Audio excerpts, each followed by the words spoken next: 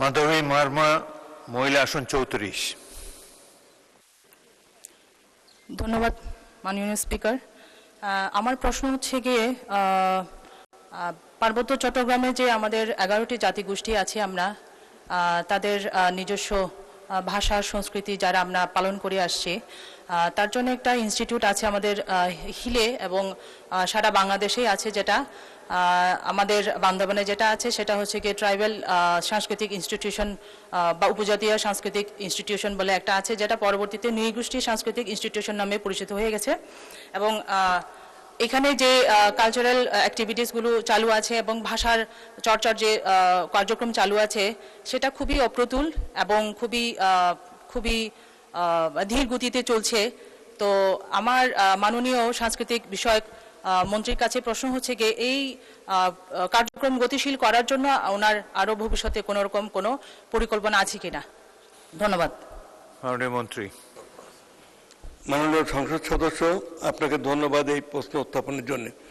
আমাদের পাহাড়ে এবং সমতলে সাংস্কৃতিক কর্মকাণ্ড একইভাবে সমানভাবেই পরিচালিত হচ্ছে এবং পাহাড়ের সংস্কৃতি যে নানা বৈচিত্র্যে ভরা যে সংস্কৃতি, তার জন্য আমরা 3টি পাহাড়ি অঞ্চল খাগড়াছড়ি, বান্দরবন এবং রাঙামাটি, এছাড়া কক্সবাজার এই সহ প্রায় 16টি স্থানে আমাদের ইনস্টিটিউট রয়েছে। সেখানে আমরা যে ক্ষুদ্র জাতিগোষ্ঠী, ক্ষুদ্র নৃতাত্ত্বিক গোষ্ঠী, এদের জন্য 16টি ইনস্টিটিউট আছে এবং সেখানে আমরা এই কর্মকাণ্ড পরিচালনা করছি।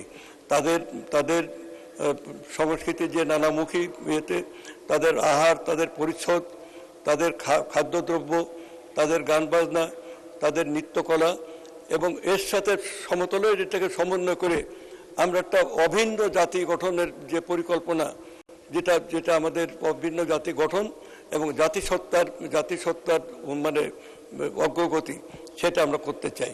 এই জন্য পাহাড়কে কখনোই আমাদের সরকার এটা আলাদা করে দেখে না।